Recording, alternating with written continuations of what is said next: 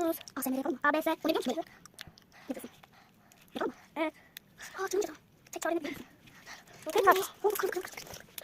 Vallahi kırıldı. Al bu senin. ASMR yap. Ağzını yakınlaştır. Ağzını yakınlaştır. ASMR. Gel. Gel bunu ya. Gel canım. Şey gibi tadı. Ne gibi tadı? Garip değil mi? Jelibona benziyor tadı. Nanam. Şöyle bir ama buz gibi. Tamam. Oha bakın. Gözüküyor mu? Gözükmüyor galiba.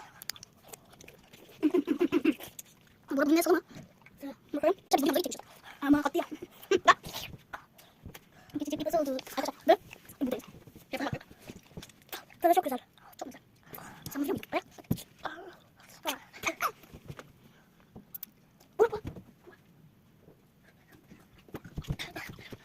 Wow. Ya. Bir tane daha istersin. Sen kimse olmasın. Bekliyoruz. Hayır. Olmaz. Ver. Dur. Ben de götüreceğim. Sen de bekleyeceksin. Hatta. Ver. Arkadaşlar. Gördüğünüz gibi. Gel yapıyorsun. Havamız. Gel doğru. Evet. Harika. Nasıl olması gerekiyor mu? Evet. Ay bak olursa yapıyoruz mu? Aha. Evet. Tert olmuş. Ay bak. Tert olsun ki. Az kaldı. Nasıl mı? Al sen. Çaldım. Yemin ederim. Al sen. Arkadaşlar şu ısıracağım. Ağzına. Ağzına. Bak telefonu takma şu an. Gülüyor telefonu. Ay baba çocuklar. Ya ağzını.